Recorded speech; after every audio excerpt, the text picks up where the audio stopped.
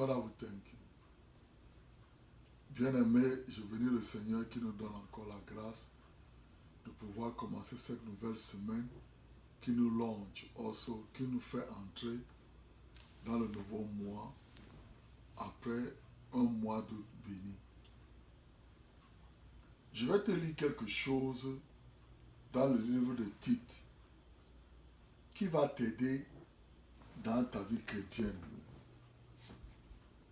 Tu sais, j'ai toujours dit que le chrétien, c'est celui qui a accepté Jésus comme son sauveur personnel. 2 Corinthiens 5, verset 17 à 21, te parle de ton identité en tant que chrétien. Donc la parole de Dieu nous dit quelque chose ici dans Tite 2, à partir du verset 11.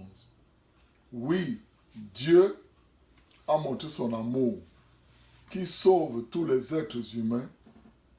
Cet amour nous apprend à rejeter ce qui est mauvais et les désirs de ce monde.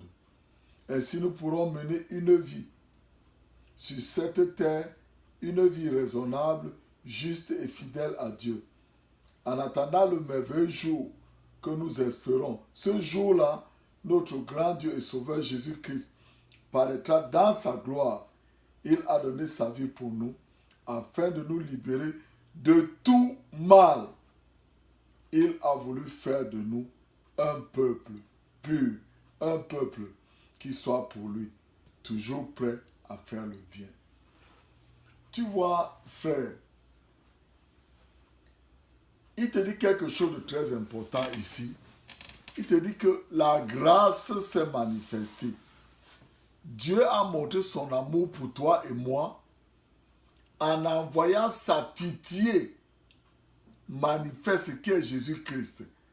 Parce que Jésus-Christ, non seulement il t'a sauvé, mais aussi il habite en toi par son esprit pour t'amener, pour te détourner des choses que Adam a mis dans ta vie, pour te guérir des déformations que Adam a apportées dans ta vie.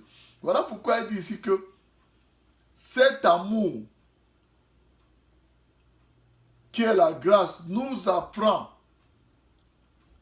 Il n'a pas dit qu'un homme, frère, ton pasteur peut te dire ne fais pas ça, ne fais pas ça, ne fais pas ça.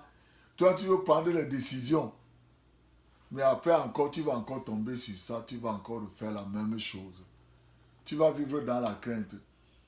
Mais quand tu découvres l'amour de Dieu, qui est Jésus-Christ, l'homme, quand tu découvres l'amour de Dieu, qui est la grâce de Dieu pour toi et moi, l'homme que Dieu a créé à son image, quand tu cherches à la découvrir tous les jours, plus tu grandis dans cette révélation, les mauvaises habitudes vont te laisser. La pauvreté va te laisser. Les maladies vont te laisser. Parce que quand tu lis, tu apprends, tu médites que Jésus-Christ, par ses meurtrissures, tu es guéri. La maladie n'a plus place dans ta vie. Quand tu dis que Jésus est devenu pauvre pour que moi je devienne riche, la pauvreté n'a plus place. Quand tu dis que Jésus-Christ est ma sagesse, il est ma patience, il est ma paix, la sagesse va faire que tu puisses établir des grandes choses. Il est très important, frère, que tu comprennes que ce n'est pas tes résolutions qui font de toi un vrai chrétien. C'est la révélation de ce que Jésus-Christ a fait pour toi. Il dit bien ici que Dieu a manifesté cela. À toi et moi de grandir dedans pour que nos vies changent. Je veux que cette semaine, le Seigneur te bénisse.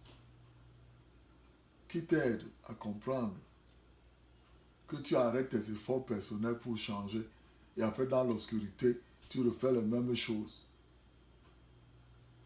Que le Seigneur te bénisse cette semaine.